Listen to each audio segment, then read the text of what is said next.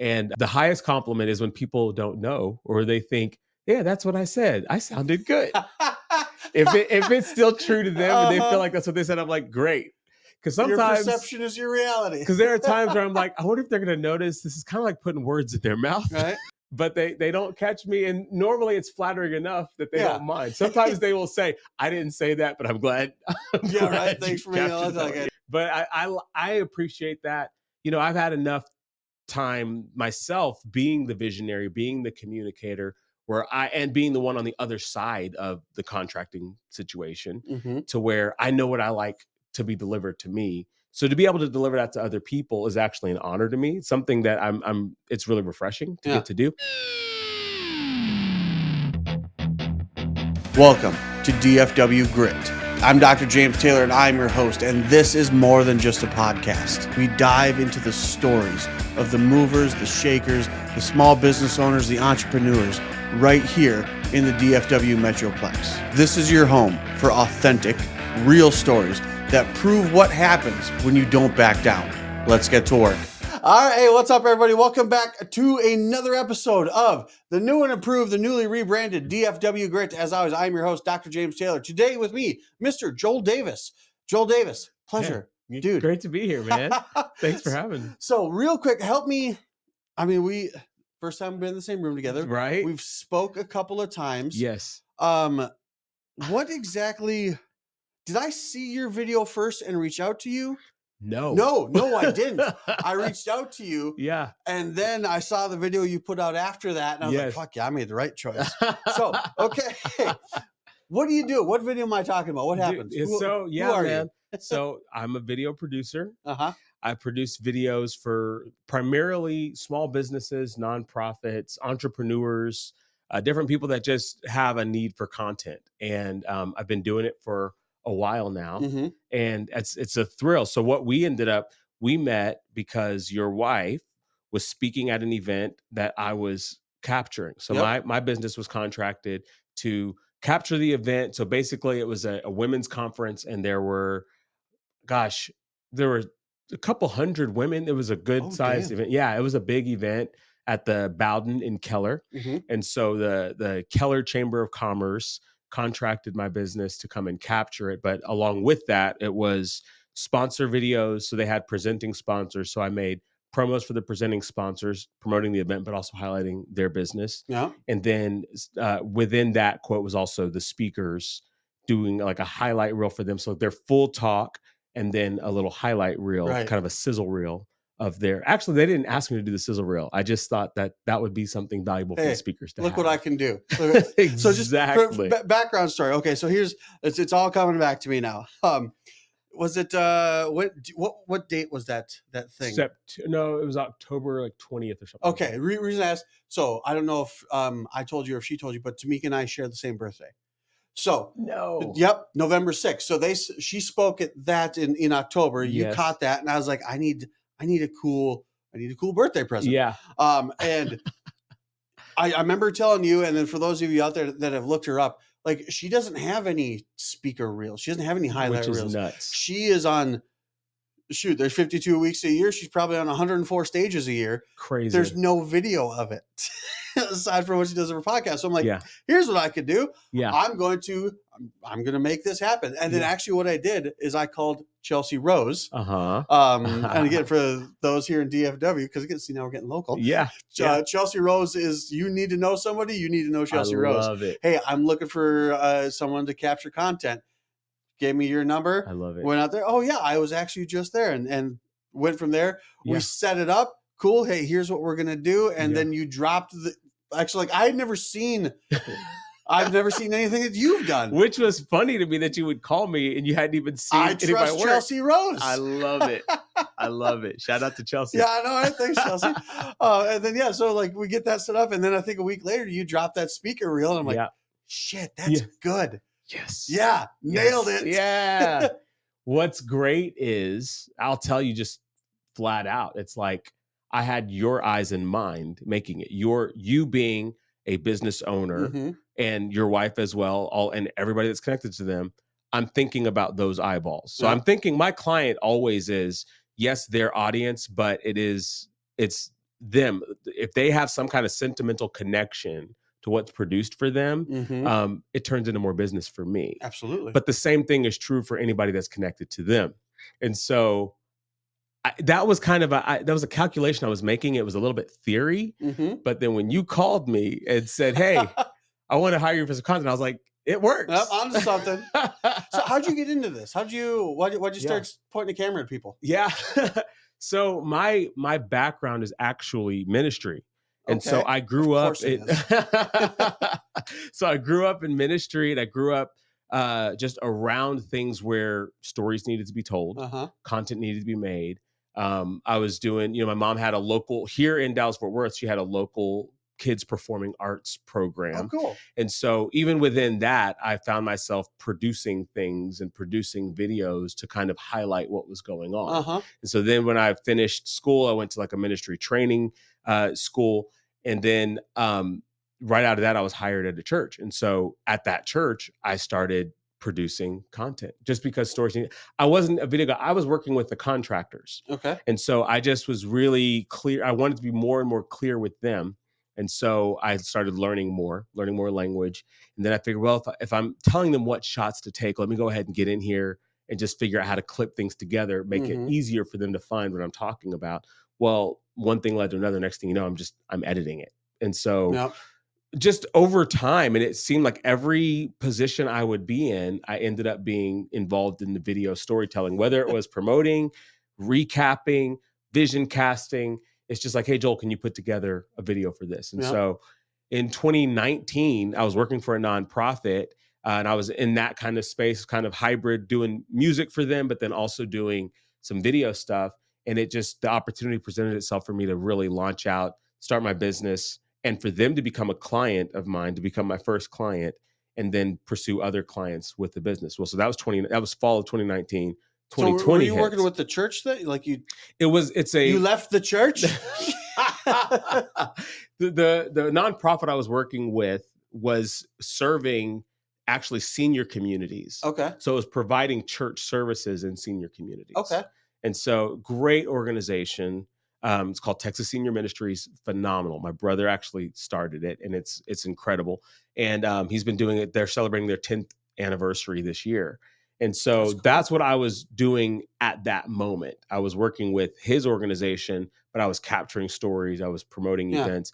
And so then I started getting requests to work with other churches and other entities, and then and some small businesses, but not a lot, but mostly in the nonprofit and church space is where I was working. And so then 2020 hits, and I'm getting blown up. It's like, we need video. Yeah. So it's like a lot of people took a hit. For me, because everybody needed to gather via video, it actually turned into... They can't come and see us, so we got to show them us. Yes. And so it grew my business. It grew my contacts. Exactly. Best pandemic ever. I know. Well, and so, but I wasn't quite prepared for how to like scale my business. And so it was really up and down and up and down. And so I kept writing the same kind of model, just kind of shooting from the hip, up until just this year. I really made a push to want to start pursuing more small businesses. I just noticed that the way I tell stories and the way that I capture content, it really helps if whoever I'm working with has some kind of motivation, whether it's something that it's a cause or it's their own story and what they're accomplishing in their own life. Like if that's kind of a theme within it, that's where I can really help. Like I can make sure that's represented, but then also speak to your audience or your customer and really highlight what you're trying to do. It's like so blending those two things in a way where it's kind of seamless is kind of my specialty. And so I figured if this is helping in the nonprofit space and in the church space, it could really help a lot in the small business space and places that actually have money. Well, I mean, we laugh, dude, but there's a whole bunch of truth in that. It's the real deal. And so that's working for free sucks.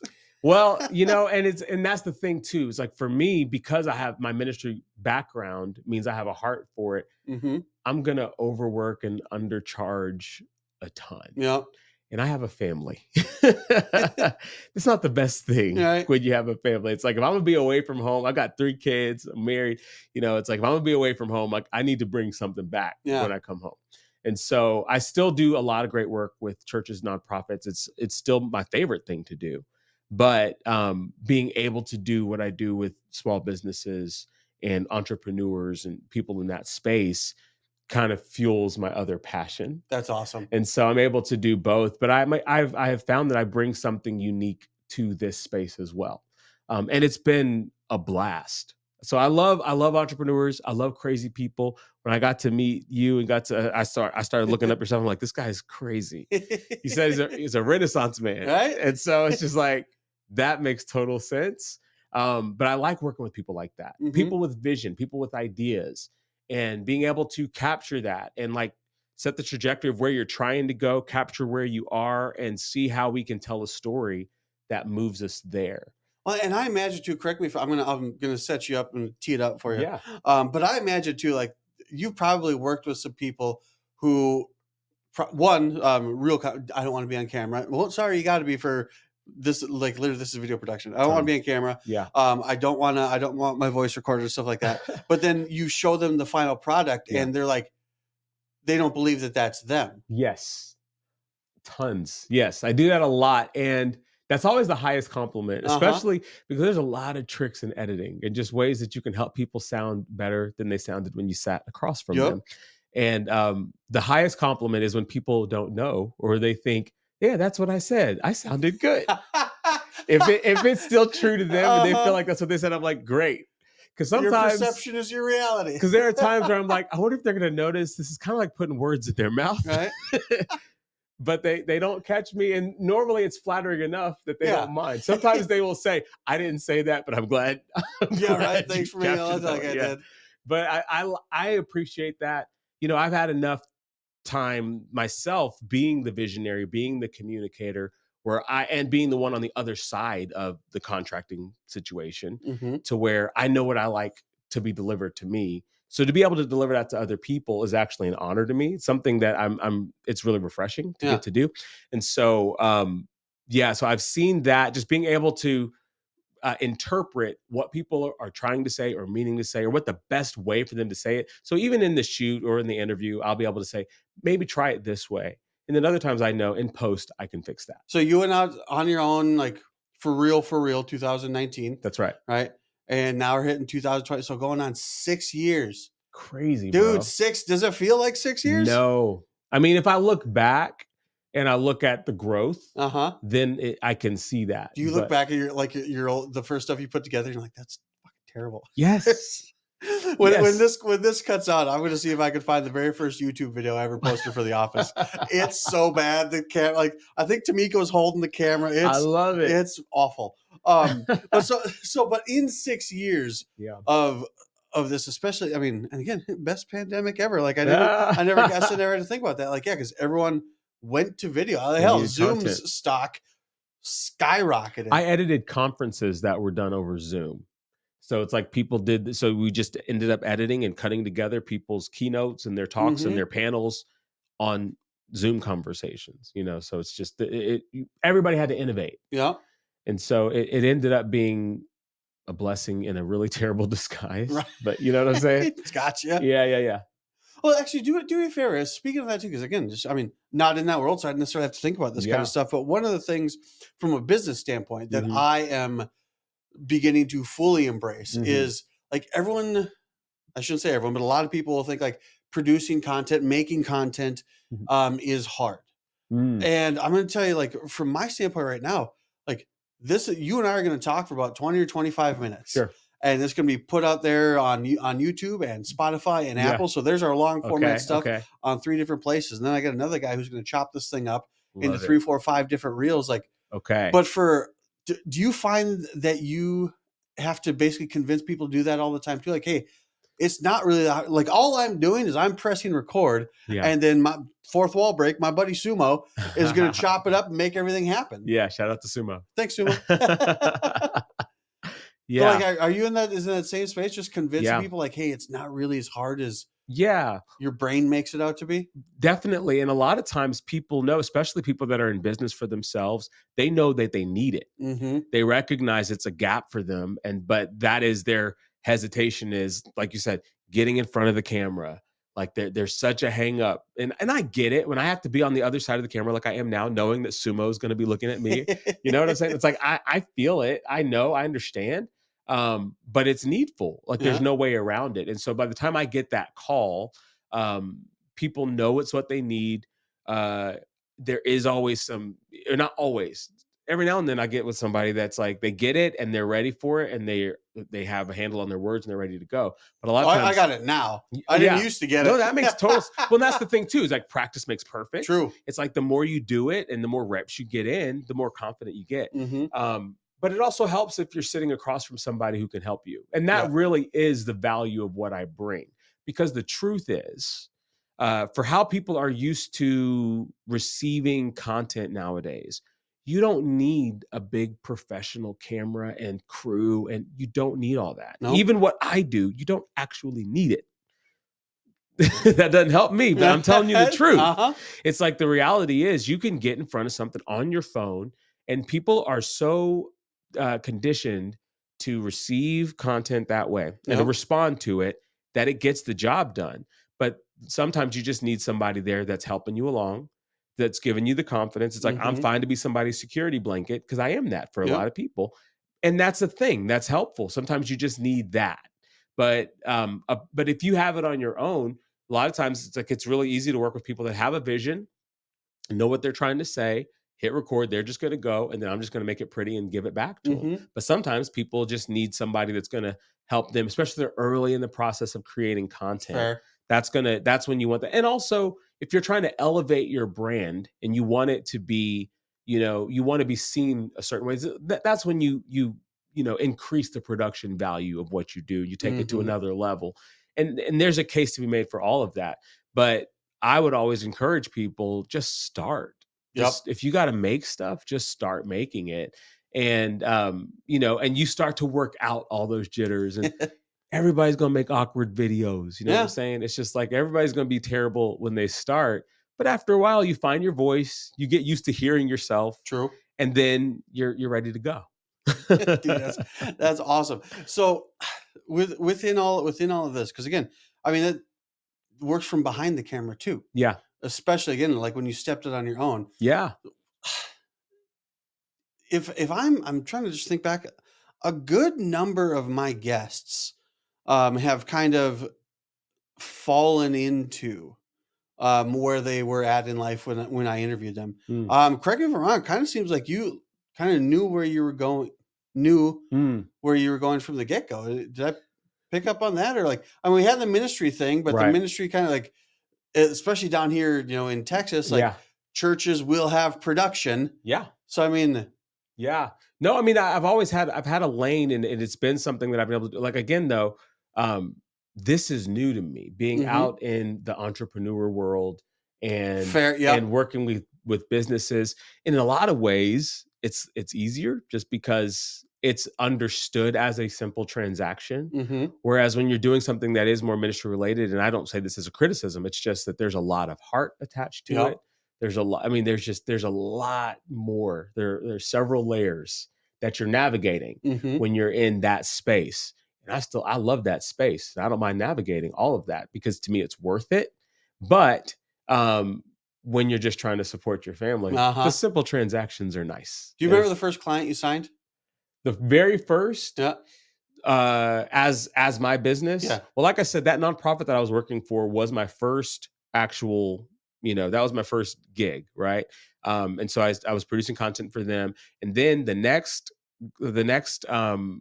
project that I took on was it was a bigger project for me at that time, and it was for a local political party that needed content. Actually, they needed content to feature the diversity of the party, because they weren't doing a very good job. I got a whole lot of white folk here. Yes, yeah, very much so. And they just needed some help. because it's like, if you look around, it's like you actually have a lot more representation. It's just you wouldn't know it Hey, from don't your point the website or camera your at it. content. Yeah. Yeah. So we put together a piece that You have highlighted token that. minorities. Just call it like it is. Just say it like you see it. I love it. Yeah. I mean, so they needed help with that. Yep. And capturing that. And so it was a bigger project. Several people that would come through and do interviews and cutting it together. And I was really happy with how it came out. And it was very promising to me to see that there's potential kind of going into a space that was unfamiliar to me. Yeah. You know? I mean, hell yeah, going from church to the state for all intents and purposes. Right.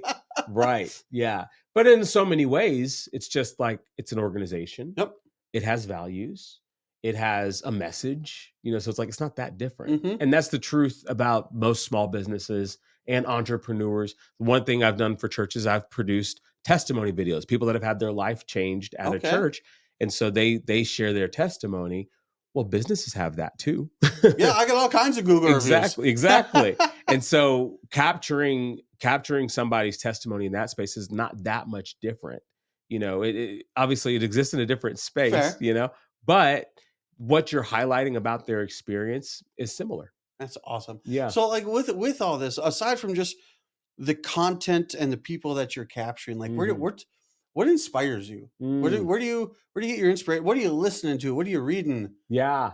In this kind of stuff? Because I imagine too, like same, like you want to go out there and you want to help people, and for all intents and purposes, man, sometimes people might be just, I don't want to say beyond your help, but like just you work with people. Sometimes people suck. Yeah. So like there's stuff. What do you do on your own time to keep that going, to keep that drive and the inspiration to keep working? Sure. I mean, for me, it is there's a creative part of me. I don't bring a ton of my creative brain to every project that I work on, because sometimes creativity can get in the way of clarity. And sometimes people are, right. Yep. But sometimes, and people that are in my space, they will err on the side of creativity. And it's like, really what people need in their videos and in their content is just clear. Connect the dots for me. Don't make me have to, find it in there. Right. And so I have a creative side that I will feed by watching things that are creative. And like music, I love music. I like to make music. And so it's like, I'll listen to things, different styles, different genres, whether it's, gospel or hip hop or rock, classic rock. It hasn't gotten into country yet.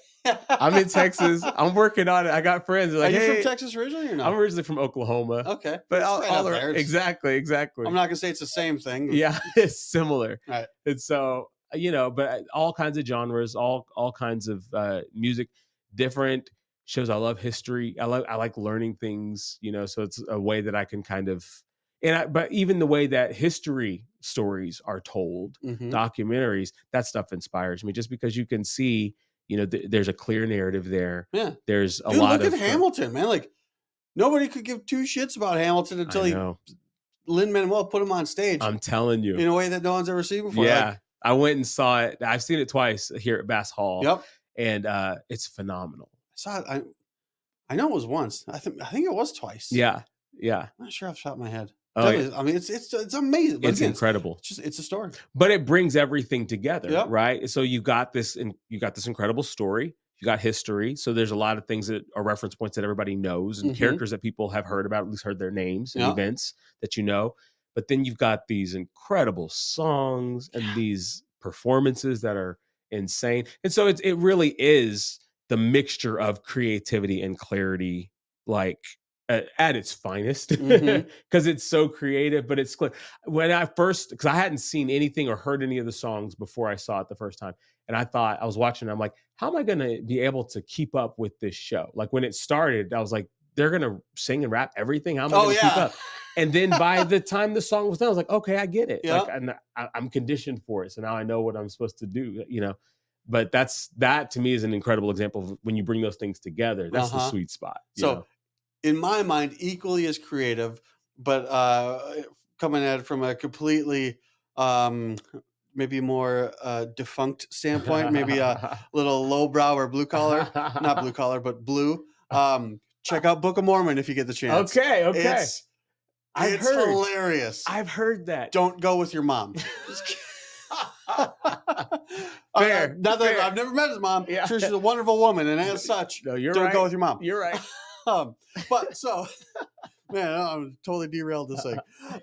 If anything prior to Book of Mormon like resonated with anybody out there, like how can people find you? Where should they look for you? Where can they see some of your work? Sure. So my website is greattlightcreative.com. And so I've got a lot of my work there. I'm updating it now just because I have a lot more work with the types of clients that I'm really kind of going after in this season of my business. And so I'm in the process of updating that so that people can see what I'm able to do for your business. Because like I said before, I've done a lot of great stuff with nonprofits and things that are really inspiring in that space, but I've been able to do things that have produced results for small businesses and business owners. I say small to mid-size, people that are ready to make an investment and see that they can get some value out of having content. I've been able to deliver things for them. And so that's there on greattlightcreative.com. You're saying Greattlight? Yes, greattlightcreative.com. Perfect. You on any of the socials or anything? I'm on social, but I got to get my stuff together. Okay, that's fair. I'm working on it. That's the thing too. Yeah, the stuff you put out is on other people's socials. Listen, that's the thing. It's like I've got to. It's been a whirlwind ever since I came into this space. I intended to be working, working on my business, but I've been working in my business. Weird. Yeah. That old story. Oh gosh. And so it's just been like, I've got to get on it. That's been some place where I've really been falling behind because it's like, I tell other people's stories. I got to do a better job at telling my own story, man. And turn that camera. I'll give you the raw footage. It's fine. There we go. But Joel, dude, I appreciate you taking time. Appreciate you taking the time to come out today. Dude, this is awesome. So again, Greattlight Creative. Greattlightcreative.com. That's right. Where's your shop at? You just work out of your home? Yeah. Well, yeah, I work out of my home and I go to where people are. Yep. So I can show up at people's businesses. But Colleyville, you Bedford, where you at? Keller. Okay, perfect. So, primarily. Right up Davis. Perfect. Exactly. So, once again, appreciate you coming out, guys, taking the time. Hell, like I said, I'll get you all the raw footage. So, we got that for you, too. But again, guys, like, share, follow. If you need some social media stuff, some content stuff, Joel's your guy right here. Man, I kid you not, I set him up before I even saw your work. And then I saw your work and like, damn, I made the right choice. So, again, another episode of DFW Grit in the books. Thanks for watching, you guys. Like, share, and follow. As always, I say it every single time. It's true with the old brand. It's true with the new brand. You will learn more here by accident than elsewhere by design. We'll catch you on the next episode.